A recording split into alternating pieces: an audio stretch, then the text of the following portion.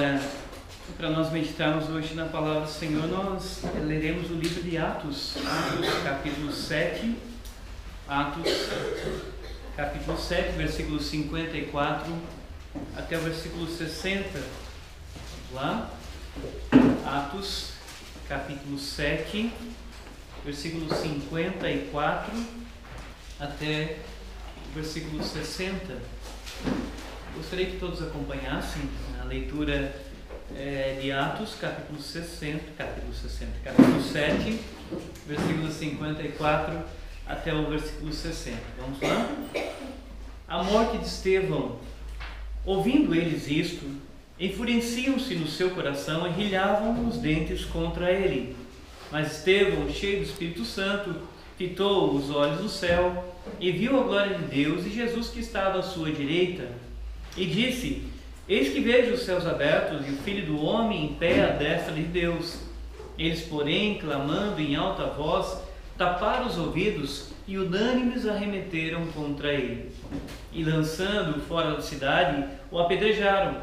As testemunhas deixaram suas vestes aos pés de um jovem chamado Saulo e apedrejavam Estevão, que invocava e dizia: Senhor Jesus, recebe o meu espírito. Então, ajoelhando-se, clamou em alta voz: Senhor, não lhes imputes este pecado. Com estas palavras, adormeceu. Vamos fazer mais uma pequena oração?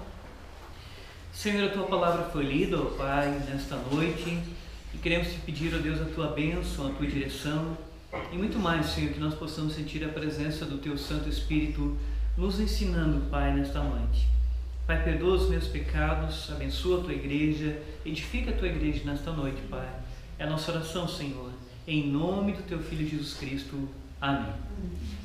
Meus irmãos, eu já falei, creio que mais do que uma vez, que nós vivemos no período das igrejas, no período de muitas igrejas, e já até mencionei alguns nomes. Você encontra nomes conhecidos e nomes desconhecidos de tanta igreja que nós temos nos dias de hoje. E se nós formos pegar um papel e formos anotar somente os nomes que nós lembramos, já dá uma lista bem grande. Uma lista bem grande. Imagina aquelas que nós não conhecemos. E todos os dias surgem novas igrejas por aí. Mas é interessante que cada igreja precisa ter um pregador. Cada igreja precisa ter alguém ensinando. Por exemplo, hoje você tem milhares e milhares de igrejas espalhadas pelo Brasil e em cada púlpito precisa ter alguém ensinando, precisa ter alguém pregando. Se você pensar nas nossas igrejas, ali em Araranguá tem alguém pregando, ali em Tubarão tem alguém pregando, ali em Criciúma tem alguém pregando, aqui em Sara tem alguém pregando. Assim como em várias outras igrejas, nas milhares de igrejas, deve ter alguém pregando. E o curioso, se você pensa, existem milhares de igrejas, então existem milhares de pregadores. E você para pensar nesses pregadores, o que eles falam, o que eles dizem, o que eles pregam, o que é pregado, o que é dito, o que é apresentado em cada uma dessas igrejas. E você encontra, curiosamente, por exemplo, nesta mesma noite que nós estamos pregando aqui, se você for visitar essas todas, se fosse possível nós visitarmos todas essas igrejas, você perceberia que algumas delas têm alguém pegando e soprando nas pessoas e as pessoas estão caindo no culto. Nessa mesma noite. Não somente soprando, mas você procura uma outra, como eu olhei lá no Google, fiz uma pesquisa e encontrei um cartaz, a promessa do pregador que ele emagreceria pessoas na hora. Venha para o culto e o pregador tal vai orar e você vai receber o emagrecimento na hora. E as pessoas vão nessas chamadas igrejas que apresentam um pregador que naquela noite vai fazer emagrecimento na hora. E vocês têm até na nossa região aparecendo esses pregadores que prometem emagrecimento na hora, que sopram, que... Olha que curioso isso. Na África, que também tem igrejas, tem um pregador, um pastor, que faz os membros comerem grama. Literalmente, não estou falando no sentido figurado. Literalmente, na frente da igreja, as pessoas comendo grama e como se fosse uma demonstração do Espírito de Deus, e as pessoas vão comendo grama. Mas não somente soprar, emagrecer, comer grama, você tem também pessoas que prometem dente de ouro. Esse dente de ouro é antigo, da década de 80 já. Mas parece que alguém reavivou a ideia de fazer aparecer dentes de ouro para as pessoas. Então passa o carro anunciando, olha, vem em tal lugar que hoje você terá o pregador tal, falando e fazendo milagres, fazendo dentes de ouro aparecerem. E muito mais, você encontra pregadores gritando, falando muito alto, você encontra pregadores batendo bastante em cima do púlpito, você encontra pregadores usando paletó, como nós sabemos passando paletó em cima das pessoas e derrubando. Se nós temos milhares de igrejas, nós temos também milhares de tipos de homens que estão assumindo os púlpitos. Mas agora a pergunta, meus irmãos, a Bíblia apresenta como homem de Deus, a Bíblia apresenta como verdadeiro homem de Deus, esse tipo de homem, esse tipo de pregador que sopra, que faz emagrecer na hora, que faz as pessoas comerem grama, que faz aparecer dente de ouro, que grita muito alto, muito forte, que bate, que passa o paletó. Será que a Bíblia apresenta esse tipo de pregador, esse tipo de homem de Deus? Será que no livro de Atos, que nós temos várias pregações, será que nós encontramos os homens de Deus fazendo esse tipo de pregação, esse tipo de modelo de igreja? Se nós olharmos para o texto, meus irmãos, o texto é extraordinário. Eu estava comentando com alguns dos irmãos, dizendo, o texto é extraordinário. Note onde nós começamos a leitura, no versículo 54, diz assim: ouvindo eles isto, enfureciam-se no seu coração e rilhavam os dentes contra ele Estevão, que verdadeiramente a Bíblia apresenta como um grande homem de Deus. Mas note o texto dizendo, ouvindo eles isto. Ouvindo. Se nós voltarmos um pouquinho atrás do capítulo 7, versículo 2, foi o que Estevão fez. Volte um pouquinho comigo e observe o capítulo 7, versículo 2, onde Estevão diz assim: Estevão respondeu, varões, irmãos e pais, ouvi. Ele pede para que eles ouçam. No 7:2 ele pediu para que eles ouvissem.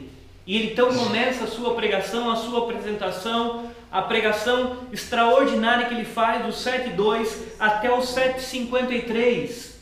E no 7:54 eles terminaram de ouvir aquilo que ele estava falando, aquilo que ele estava pregando, e agora eles ficam enfurecidos contra ele.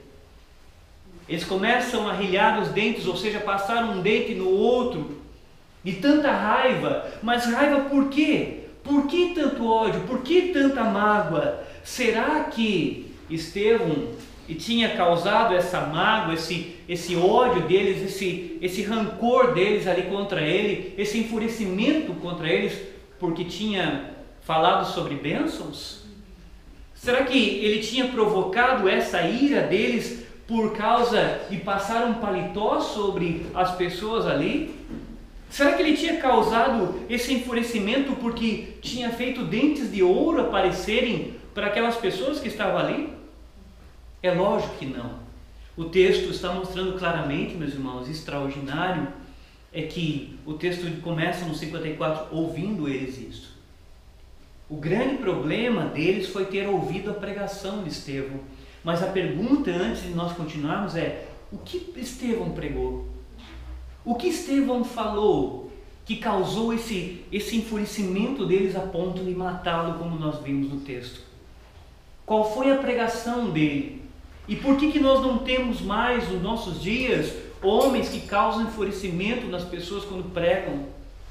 Por que é raro encontrar homens que quando pregam causam enfurecimentos por causa da palavra? Porque hoje nós temos tantas bobagens sendo feitas nos púlpitos, como soprar, como fazer emagrecimento na hora, fazer comer grama, e nós não temos mais homens de Deus que preguem e façam as pessoas ficarem incomodadas com a sua pregação, com o seu falar. Se nós formos olhar, meus irmãos, voltando agora um pouquinho, vejam o que causou a ira. O que causou a ira que eles se enfurecem e matam Estevão? Voltem comigo um pouquinho no capítulo 6, porque nós não entenderemos a morte dele se não entendermos um pouquinho lá atrás. Capítulo 6. Note que interessante a partir do versículo 8. Capítulo 6, versículo 8, diz o seguinte: Estevão, cheio de graça e poder, fazia prodígios e grandes sinais entre o povo. Levantaram-se, porém, alguns dos que eram da sinagoga, chamados dos libertos, dos sirineus, dos alexandrinos e dos da Cilícia e Ásia, e discutiam com Estevão. Agora prestem atenção no versículo 10. E não podiam resistir à sabedoria e ao espírito pelo qual ele falava. Olhe qual é o problema deles. O problema desses homens que estavam enfurecidos lá no final, que nós lemos no início do culto, o problema deles é que eles têm um homem que não fica falando alto. A Bíblia não diz o volume que Estevão pregou. Eles não têm um homem que bate sobre o púlpito para chamar a atenção. A Bíblia apresenta que eles têm agora diante de si um homem cheio do Espírito Santo e muito mais. A Bíblia diz que ele é cheio de sabedoria, a qual eles não conseguem fazer com que ele perca. Eles não conseguem ganhar o debate com Estevão, eles não conseguem ganhar em relação à sabedoria apresentada por Estevão. E esse é o problema deles. O problema deles não é um homem passando paletó, não é um homem soprando, mas é um homem cheio do Espírito Santo e poderoso em sabedoria para pregar, para ensinar, para falar da palavra de Deus.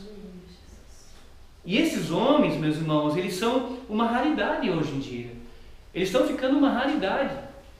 As pessoas procuram todo tipo de pregação, mas não se dão conta de que os verdadeiros homens de Deus são homens como Estevão, que o Espírito Santo está trabalhando e enche de sabedoria para pregar, para ensinar. O curioso é que nos nossos tempos as pessoas correm para ver o homem que faz emagrecimento na hora, mas não procuram homens que sejam cheios do Espírito Santo e tenham sabedoria para ensinar, para pregar. Se você anunciar aqui em Sara que virá um homem que faz aparecer dente de ouro e faz, pessoas emagrecerem na hora, ou rodopia o paletó nas pessoas, eu garanto para vocês que muitas pessoas aparecerão para assistirem o tal homem de Deus. Mas a pergunta é a seguinte: pode ser que até um camarada faça dente de ouro aparecer, pode ser que até faça emagrecimento na hora, mas a pergunta é a seguinte: será que é um homem cheio do Espírito Santo e pregador da palavra com sabedoria, que incomoda as pessoas não pelo que ele faz, mas pelo que ele prega, pelo que ele diz? Será que nós temos? E aí nós paramos para pensar que tipo de pregadores hoje as pessoas estão procurando. Homens que fazem ou homens que ensinam? Homens que prometem milagres ou homens que estão instruindo a igreja do Senhor com a pregação da palavra de Deus? E notem que o que o texto diz, eu achei extraordinário quando prestei atenção no versículo. E não podiam resistir à sabedoria e ao Espírito pelo qual ele falava. E nesse momento eles se preocupam tanto que eles vão intimidar Estevão. Esses homens que estão contendendo com Estevão, porque a igreja está crescendo, se vocês observarem, olha o 6,7. 6,7, o que diz no 6,7? Crescia a palavra de Deus, olha que interessante. Crescia a palavra de Deus e em Jerusalém se multiplicava o número dos discípulos. Também muitíssimos sacerdotes obedeciam à fé. Mas porque a palavra era muito bem apresentada, muito bem pregada, muito bem ensinada por homens como Estevão, pelos apóstolos e por homens como Estevão. E a preocupação desses homens que agora querem calar Estevão é com homens que apresentem muito bem a palavra de Deus, expliquem, trabalhem para que a igreja cresça, para que o número de discípulos aumente. Não é para ficar fazendo showzinhos de derrubar as pessoas com paletó, ou fazer dente de ouro, ou, como eu já disse, fazer as pessoas comerem grama, ou gritar alto. Mas é fazer com que a igreja do Senhor seja edificada com a pregação da palavra do Senhor. Por isso que eles têm essa grande preocupação. Esses homens do versículo 9 se levantam porque eles estão preocupados com esse crescimento. E eles vão agora ficar enfurecidos contra o Estevão, que é um dos homens que está muito pregando, ensinando e trabalhando e falando da palavra do Senhor. Agora note que interessante, meus irmãos. Quando eles se preocupam com ele e não conseguem resistir à sabedoria, eles armam contra Estevão. Porque já disse alguém, né? Já disse que alguém que um homem armado com palavras é mais perigoso do que um homem armado com armas. Porque um homem armado com palavras é um homem capaz de mover multidões. E o Estevão é apresentado nas Escrituras como um homem poderoso em sabedoria e cheio do Espírito Santo. Agora olha o que esse grupo faz contra Estevão. Capítulo 6, versículo 11. Capítulo 6, versículo 11. Então subornaram homens que dissessem: temos ouvido este homem proferir blasfêmias contra Moisés e contra Deus. Sublevaram o povo, os anciãos e os escribas, e investido o arrebataram, levando ao sinédrio. Apresentaram testemunhas falsas que depuseram: este homem não cessa de falar contra o lugar santo e contra a lei, porque o temos ouvido dizer que este Jesus, o Nazareno, destruirá esse lugar e mudará os costumes que Moisés nos deu. Todos os que estavam assentados no sinédrio, fitando os olhos em Estevão, viram o seu rosto como se fosse o rosto de anjo. Extraordinário. Preste atenção.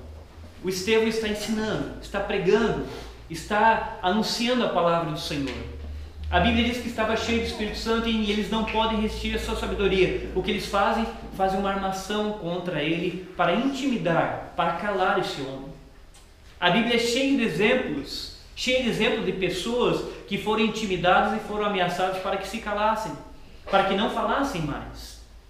E agora vocês percebam no texto, que aqui já aparece no texto, quando diz que ele está proferindo blasfêmias. A lei exigia que se alguém proferisse blasfêmias, era necessário apedrejar, era necessário matar a pessoa que estivesse proferindo blasfêmia. Então eles procuram essas testemunhas falsas e apresentam dizendo: olha, elas dizem que o Estevão está falando contra os costumes de Moisés, está dizendo que vai destruir o templo, está falando contra os nossos costumes, está falando contra o lugar santo. Apresenta algumas falsas acusações, como a Bíblia diz, contra o Estevão. E aqui você percebe quem é o homem de Deus, porque Estevão agora, como um homem de Deus, que ninguém resiste, cheio do Espírito Santo, é ameaçado, é intimidado a ficar quieto. Mas a pergunta é a seguinte: será que um homem de Deus fica quieto diante de uma ameaça? Diante da própria vida? Estevão sabia que se abrisse a boca aqui para falar, ele poderia morrer no final da sua pregação. Em 1521, nós temos essa data famosa. Em 1521, na chamada Dieta de Worms, Martinho Lutero foi convocado para se apresentar num determinado local em Worms, para que negasse o que estava falando, o que estava pregando. E lá trouxeram Martinho Lutero em 1521, na chamada Dieta de Worms, e Martinho Lutero foi colocado diante de príncipes, diante de governadores, e alguém então disse para Lutero: negue aquilo que você tem falado, aquilo que você tem pregado. E Lutero então, diante daqueles homens que já estavam ameaçando fazia bastante tempo, já estavam ameaçando com a própria vida, ele diz o seguinte na Dieta de Worms: eu nego, desde que vocês me provem pelas Escrituras que eu estou errado.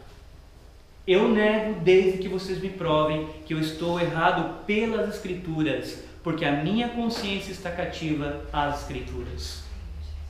E naquele momento, na Dieta de Worms, ameaçado, intimidado, Lutero não voltou atrás. Verdadeiros homens de Deus não são homens que fazem show.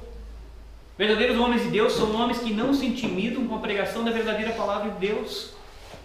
São homens que não precisam, não têm necessidade de ficar fazendo shows. Como já dizia Spurgeon, não são homens de Deus verdadeiros, não são palhaços que precisam fazer um showzinho na frente, no púlpito, para que as pessoas ali fiquem no entretenimento, para que as pessoas sejam cativadas por aquilo que ele faz de um tipo de show. Mas homens de Deus são homens que têm um compromisso de apresentar a verdade, não se intimidam com ameaças, não se calam com ameaças. E agora Estevão, diante das testemunhas falsas, ele está diante do sinédrio, que é um tipo de julgamento. Eles querem ouvir o que ele vai falar para julgá-lo. E as testemunhas falsas levantaram-se para falar contra ele. Agora vejam bem que interessante. O Estevão não é um homem que faz o povo cair. O Estevão não é um homem que faz o povo rodopiar ou ele mesmo rodopia. O Estevão não é um homem como nós olhamos no YouTube, não é um homem que pega com a mão e fica imitando uma metralhadora aos pés das pessoas. O Estevão é um homem que tem compromisso com Deus e um homem cheio do Espírito Santo para apresentar a palavra do Senhor. O que está incomodando os seus adversários é essa sabedoria que ele tem de ensinar. Agora veja que interessante, um homem verdadeiro de Deus não é um homem que usa sua boca para soprar e fazer as pessoas caírem. Um verdadeiro homem de Deus é um homem que usa sua boca para pregar, para fazer com que as pessoas ouçam a pregação da palavra. Um verdadeiro homem de Deus não é um homem que fica fazendo, como eu disse, shows, mas é um homem que vai apresentar a palavra de Deus. Então o que acontece? Eles levam ele perante o Sinédrio e agora querem escutar se é verdade aquilo que estão falando dele. Será que ele está pregando contra Moisés? Será que ele está pregando contra o lugar santo? Será que ele está falando como essas falsas testemunhas estão dizendo? Será que ele está fazendo isso que eles estão acusando? Note que interessante, meus irmãos. Como eu disse, eles acusam e olha o que vai acontecer no capítulo 7. Capítulo 7, versículo 1 e 2. Vejam que o versículo 15 ele se encaixa com o capítulo 7, 1. Porque no versículo 15, no 6,15 diz: todos que estavam sentados no Sinédrio, fitando os olhos de Estevão, viram o seu rosto como se fosse rosto de anjo. E agora ameaçado, agora intimidado, eles ficam olhando para ele e veem o seu rosto como rosto de anjo e estão esperando a sua fala. E é interessante porque aqui você não percebe que Estevão teme pela sua vida. Ele poderia dizer assim: olha, eu não estou falando nada disso, me desculpem, eu nem conheço Jesus, me desculpem porque eu nem sei quem é esse Jesus, eu não falei nada, eles estão aqui inventando uma coisa. E o Estevão poderia permanecer calado e negar, como muitos já fizeram quando ameaçados, intimidados, negaram a sua fé. Mas o verdadeiro homem de Deus não nega, mesmo sobre a intimidação, mesmo diante da ameaça. Se vocês forem ler a história de John Hus, John Hus, que é bem conhecido, o John Hus permaneceu preso por algum tempo e algumas pessoas, amigos do John Hus viveu quase 100 anos antes de Lutero. Vejam bem que Lutero nasceu no finalzinho do século XV. Nós temos o John Hus praticamente vivendo 100 anos antes, 1300 e pouco, no finalzinho dos anos 1300 e pouco para os 1400. E o John Hus foi preso por também pregar, por também ensinar em Praga, na cidade de Praga, na Europa. Porque o John Hus havia ouvido pregações, e havia se encantado com as pregações de Wycliffe na Inglaterra. E o John Hus, o que acontece? Ele é preso e é ameaçado de ser morto. E alguém, amigo do John Hus, chega e diz para ele para que ele não assumisse aquilo, para que quase que negasse aquilo que ele havia pregado. E o John Hus responde o seguinte, preso, ameaçado de morte, ele responde assim: não vou negar. Jamais preguei alguma doutrina com más intenções, e aquilo que ensinei com os meus lábios, agora selarei com o meu sangue. O John Hus responde assim: eu não vou negar nenhuma das doutrinas que eu preguei, porque aquilo que eu preguei com os meus lábios, com boas intenções, agora aquilo que eu ensinei com boas intenções, eu vou selar com o meu sangue. E ele não se intimidou na prisão diante da ameaça. E sabe o que fizeram com John Hus? A história conta que tiveram compaixão de John Hus e colocaram ele, primeiro enforcaram John Hus e depois queimaram o seu corpo e colocaram no rio para que o pó do seu corpo não ficasse na terra, mas para que o rio levasse embora daquelas terras. Mas John Foxe diz o seguinte, John Foxe, um historiador da época, ele diz assim que eles conseguiram apagar o corpo de John Hus, conseguiram dissolver o corpo e transformar em cinzas para que o rio levasse mas eles não conseguiram apagar o testemunho de John Hus em relação àquilo que havia pregado e selado de fato com sangue.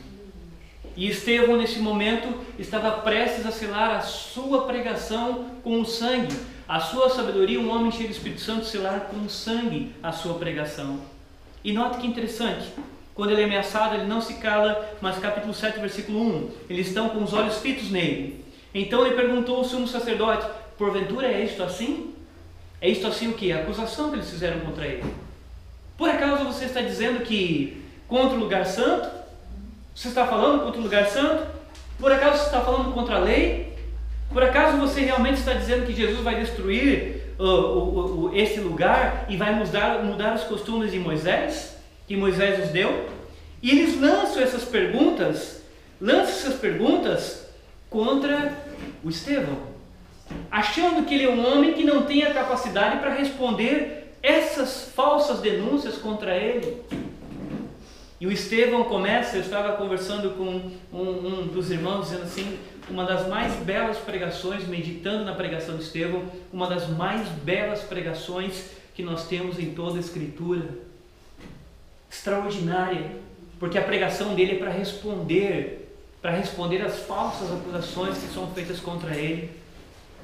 A pregação dele é poderosamente carregada de sabedoria para responder cada uma das acusações que estão sendo feitas contra ele, mas responder com tamanha sabedoria. E note que o Estevão faz quando acusam, que ele diz: Estevão respondeu: varões, irmãos e pais, ouvi, vocês me perguntaram, então eu vou responder. E é engraçado, eu até pensei que Estevão jamais seria um pentecostal, porque quando ele vai pregar, ele não permite que as pessoas fiquem bagunçando na hora da resposta, mas ele pede a atenção das pessoas para que ouçam agora a sua pregação. Disseram que ele estava pregando contra o lugar santo, e olhem onde ele começa a pregação dele para a resposta. Ele diz assim: Estevão respondeu: varões, irmãos e pais, ouvi, o Deus da glória apareceu a Abraão, nosso pai, quando estava na Mesopotâmia, antes de habitar em Harã. Ele já começa respondendo: vocês dizem que existe um lugar santo? Então lembram quando Deus apareceu para Abraão lá na Mesopotâmia? Ele diz que Deus, já começa mostrando que Deus não tem um lugar para se manifestar, que Deus não se manifesta num determinado lugar, um lugar santo. Mas ele já mostra lá atrás, dizendo assim: vocês lembram de Abraão, quando Deus se manifestou lá na Mesopotâmia? Mesopotâmia era muito longe de onde ele estava ali. E o que ele diz para ele é o seguinte: olhe onde Deus se manifestou para o nosso pai Abraão, aqueles que vocês chamam de pai. Já mostrando que Deus não é limitado ao espaço físico, mas Deus se manifesta onde Ele quer, onde Ele quer. Se vocês forem observando no texto, o Estevão vai mostrando que Deus não tem habitação. Ele vai mostrando, por exemplo, que Deus se manifestou para Moisés no Monte Santo, mostrando que Deus se manifestou no lugar e disse assim: Moisés, tire as sandálias dos pés, porque o lugar onde você está é lugar santo. Mostrando que não era ali no templo, que Deus se manifestou na Mesopotâmia, que Deus se manifestou no templo, no monte, que Deus se manifesta onde Ele quer. Mostrando que Deus acompanhou José no Egito, que Deus não se manifestou ali em Israel, mas foi se manifestar para José lá no Egito, dizendo: olha, lembram que Deus se manifestou para José lá no Egito e cuidou de José, nosso pai, e cuidou dos 12 lá no Egito? Mostrando que Deus não é limitado a uma habitação. Vocês querem me acusar de que eu estou falando contra o lugar santo, mas o Deus o qual estou apresentando não é limitado a lugar santo. Imagine se Deus fosse limitado ao lugar santo, meus irmãos. Como é que nós poderíamos adorá-lo nesta noite? Como é que nós poderíamos estar reunidos nessa salinha que tem um fogão no meio? Como é que nós poderíamos estar aqui? Como é que as igrejas verdadeiras, igrejas sérias, poderiam estar espalhadas pelo mundo se Deus fosse limitado a lugares santos? Notem que ele vai falando, eu não vou trabalhar todos os textos que ele está apresentando aqui, mas notem que interessante, quando ele vai chegando no finalzinho do47, ele repete essa ideia de que Deus não é limitado a um lugar. Olha o que ele diz no versículo 47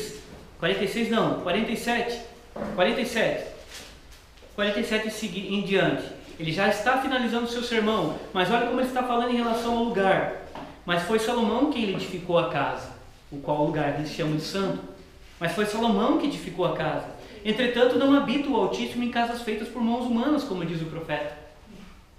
E ele fez eles lembrarem, dizendo assim, olha, Deus se manifestou na Mesopotâmia, Deus se manifestou no monte, Deus se manifestou lá no Egito.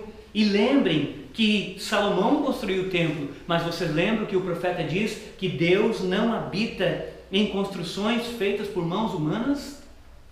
Como é que Deus pode habitar no lugar feito por mãos humanas? Porque o versículo 49 ele diz, olha o que o profeta diz, o céu é o meu trono e a terra é estrado dos meus pés, que casa me edificarei, diz o Senhor, ou qual é o lugar do meu repouso? Não foi porventura a minha mão que fez todas essas coisas?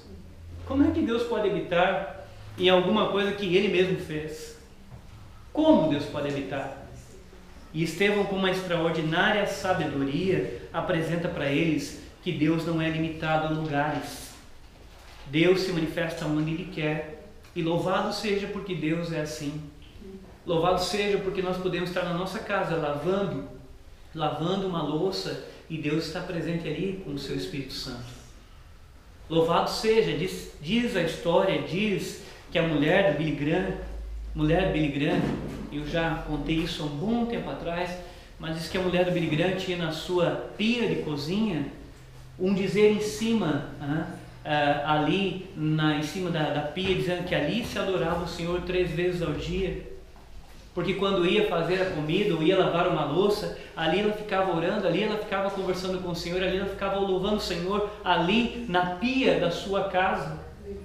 E quantas pessoas fazem isso de louvar o Senhor, de orarem, conversarem com o Senhor, lavando uma louça? Como é que Deus poderia estar limitado a um lugar santo, a um templo, a um lugar sagrado? Deus não está limitado, Deus se manifesta aonde nós estamos. E a resposta de Estevão é extraordinária, mas muito mais, eles acusam que Estevão quer destruir os costumes que Moisés ensinou. E se você for observando na pregação dele, é outra coisa maravilhosa, porque ele vai falando e vai mostrando, e quando vocês observam, ele chega lá no versículo 20. Eles acusaram que ele quer destruir os costumes de Moisés. E ele vai falando na sua pregação e ele chega em Moisés. Ele chega em Moisés para responder que eles acusaram que ele quer destruir os costumes que Moisés nos deu, como diz no 6,14. E ele vai pregando e quando ele chega no versículo 20, ele chega em Moisés. E ele diz o seguinte sobre Moisés: por esse tempo nasceu Moisés, que era formoso aos olhos de Deus.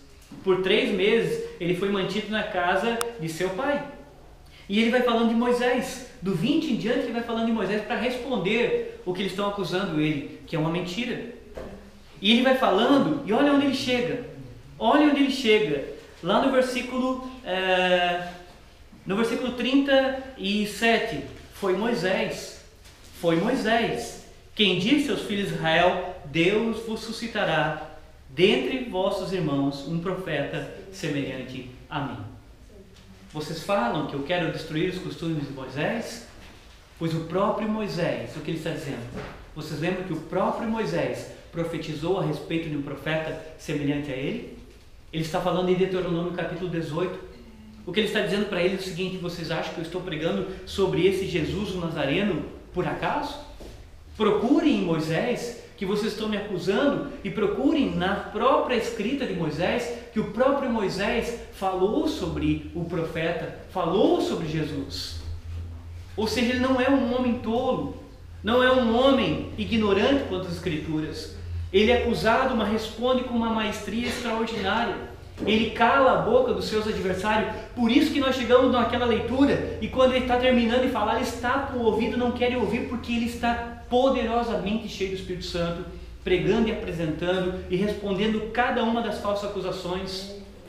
Um homem que incomoda não pelo paletó, não por dente de ouro, mas um homem que incomoda pela sua pregação, pela sua apresentação da palavra, que eles estão enfurecidos com ele. Agora, note que interessante, meus irmãos. Como eu disse, ele não usa sua boca para soprar, ele usa sua boca para ensinar. Um homem de Deus faz o seu púlpito a sua escola. Ele faz o seu púlpito a sua escola para ensinar o povo de Deus sobre a palavra de Deus, sobre a vontade de Deus, como Estevão está fazendo aqui. Ele não tem necessidade de fazer show. Ele não precisa, ele não se preocupa porque ele tem 1 hora e pouco, ele não se preocupa porque ele tem tanta coisa para falar que 1 hora e pouco é muito pouco. Mas quem não ensina, quem não usa do seu púlpito para fazer sua escola, precisa inventar alguma coisa para iludir o povo, para fazer com que o povo fique ali atraído, porque não tem pregação. Mas Estevão não precisou fazer isso. Mas nós estamos chegando ao final, meus irmãos, não dá para nós irmos pedaço por pedaço da pregação dele, que é extraordinária. A única coisa que nós temos que fazer é fazer a leitura com bastante atenção, ler várias vezes. Outras coisas que mostram que Estevão, um homem de Deus, não se cala e ele fala a verdade. Sabe quantas vezes em toda a sua pregação, que é a maior pregação do livro de Atos, sabe quantas vezes Estevão falou de si mesmo? Nenhuma vez.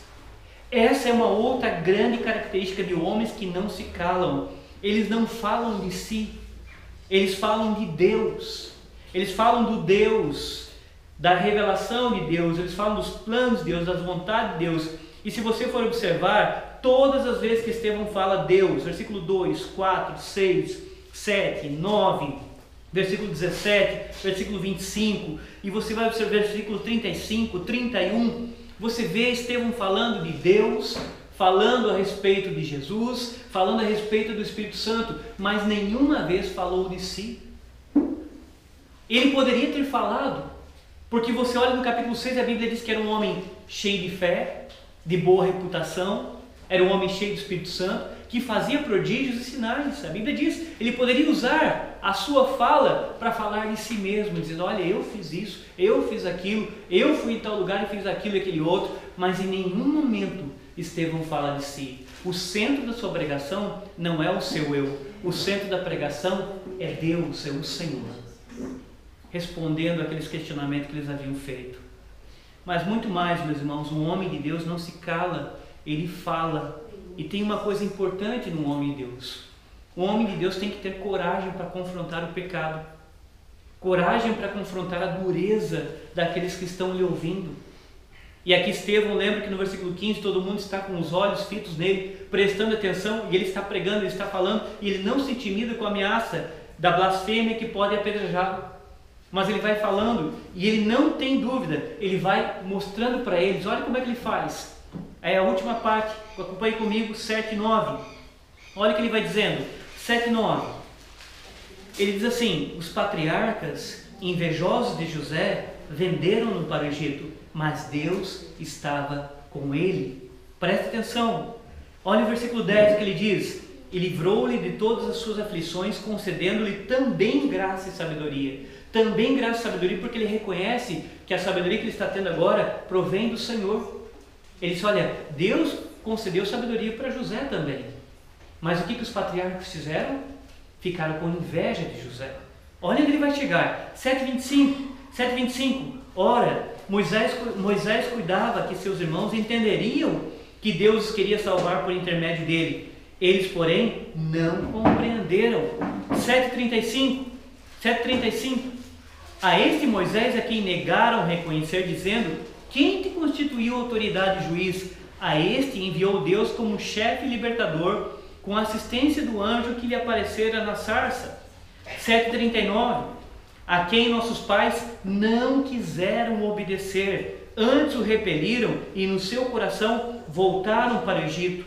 7,51. Agora ele chega, ele diz assim, lembra que José e os patriarcas ficaram invejosos? Lembra que os nossos pais não quiseram ouvir Moisés? Lembra que eles não quiseram atender a pregação de Moisés? Agora eu preciso falar que vocês são iguaizinhos a eles. Olha o que ele diz no versículo 51.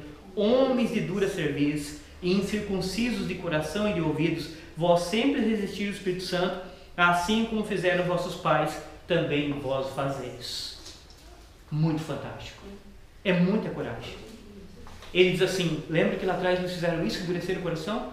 Lembra que eles não obedeceram? Lembra que eles tiveram inveja? Lembra que eles não atenderam a pregação? Pois vocês estão fazendo a mesma coisa que os vossos pais fizeram.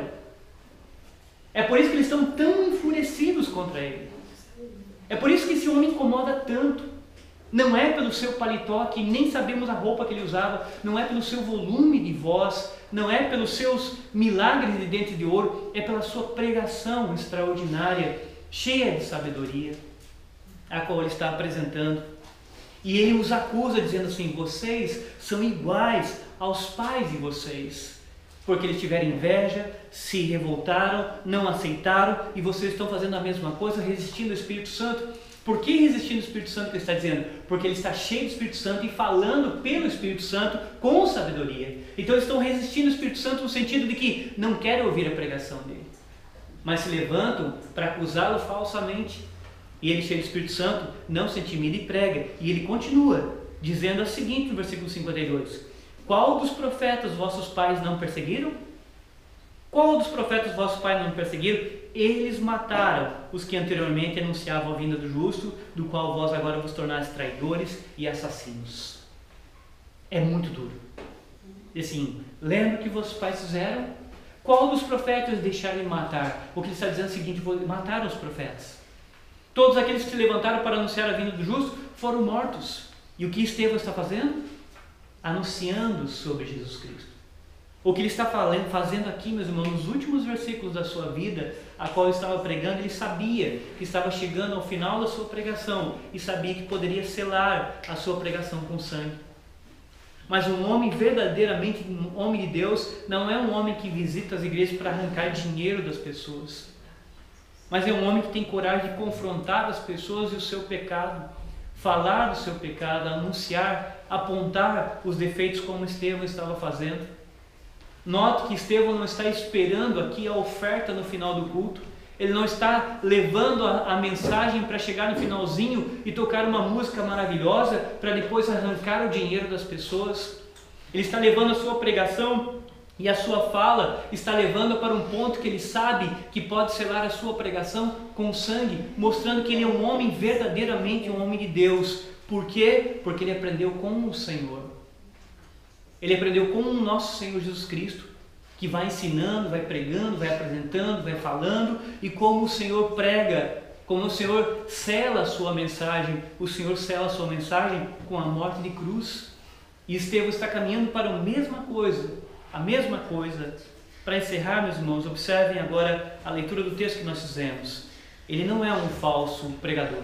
Estevão é um homem verdadeiramente homem de Deus, um homem que pregou. E então nós chegamos no final da pregação, depois que ele anuncia, ele condena, ele defende a fé, ele apresenta. Então nós chegamos no finalzinho do versículo 54 em diante. Ouvindo eles isto, enfureciam-se no seu coração e rilhavam os dentes contra ele.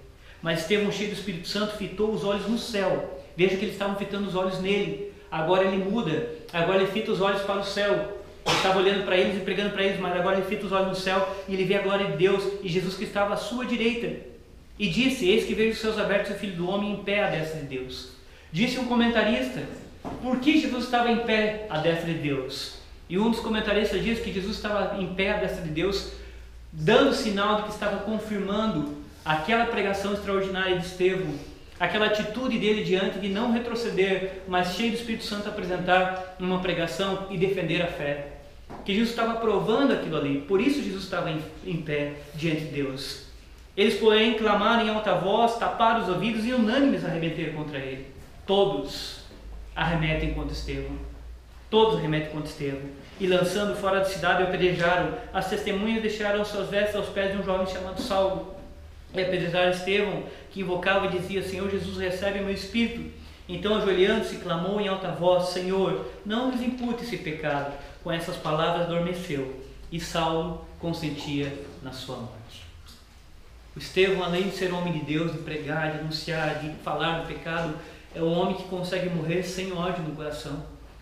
É um homem que consegue ser apedrejado e não ficar revoltado, mas ele ainda pede para Deus: não lhes impute este pecado. Um homem verdadeiramente um homem de Deus, diferente de muitos que nós temos visto por aí, dizendo que são homens de Deus. Agora tem uma coisa importante para nós fecharmos esse sermão. Conforme as Escrituras e conforme a história da igreja, Estevão é o primeiro mártir da igreja. É a primeira pessoa a ter morrido por causa da pregação do Evangelho, como nós temos no livro, no Novo Testamento. E tem uma coisa curiosa na pregação de Estevão, naquele dia em que Estevão morreu. Naquele dia que Estevão morreu e fez a sua pregação, não há nenhuma conversão. Homens de Deus não são medidos pelo número de conversões, pelo número de pessoas que estão na plateia. Homens de Deus são medidos e são aprovados por Deus, como nós vemos no texto, pela sua entrega à verdade, pela sua fidelidade à verdade, a sua fidelidade à pregação. E nós não vemos nenhuma conversão no final da pregação dele. Mas nós vemos o nome de um homem ali que está, e Saulo consentia na sua morte, é Paulo, o futuro apóstolo Paulo, que aqui está aprovando a morte de Estevão, porque Paulo fazia parte do Sinédrio, era um dos juízes que estava ouvindo a pregação dele e olhando para a pregação de Estevão, e se aprovou a morte de Estevão. Mas Deus depois vai transformar o coração, do capítulo 9, vai transformar o coração desse homem, para que agora esse homem que assistiu à morte de Estevão se torne o maior missionário que nós já temos em toda a Bíblia. Um homem que assistiu à morte de Estevão, nenhuma conversão, mas foi nesse dia, no dia da primeira morte do primeiro mártir, que Deus também escolheu uma coisa extraordinária: marcar a saída da igreja para todos os povos. Porque diz no versículo 1 do capítulo 8: naquele dia levantou-se grande perseguição contra a igreja em Jerusalém, e todos, exceto os apóstolos, foram dispersos pela região da Judéia e Samaria. Ali o evangelho começa agora a caminhar, saindo de Jerusalém, para passar pela Judéia, Samaria e atingir os confins da terra. A morte de Estevão não foi em vão. A morte de Estevão está na Escritura para nós aprendermos sobre um verdadeiro homem de Deus, que não se cala. Homens de Deus jamais se calarão. Homens de Deus são homens movidos pelo Espírito Santo. Eles não se intimidam, mesmo que estejam diante de uma ameaça, mesmo que estejam diante da própria vida, mas não retrocedem. Eles têm compromisso maior com o Senhor do que com as pessoas. Eles não estão preocupados em agradar as pessoas, eles estão preocupados em agradar ao Senhor. Que Deus nos abençoe, meus irmãos, e que nós possamos, nos nossos dias, nós possamos medir aqueles a quem nós temos procurado. Nós precisamos procurar homens realmente de Deus que preguem e ensinem a palavra de Deus. Nós temos que tomar muito cuidado para não sermos enganados por muitas coisas que têm aparecido em nossas épocas. Então, que nós possamos procurar a verdadeira palavra do Senhor, a pregação verdadeira, assim como Estevão nos ensinou. Assim como o Senhor nos ensina através das suas Escrituras. Que Deus os abençoe nesta noite, em nome de Jesus. Amém.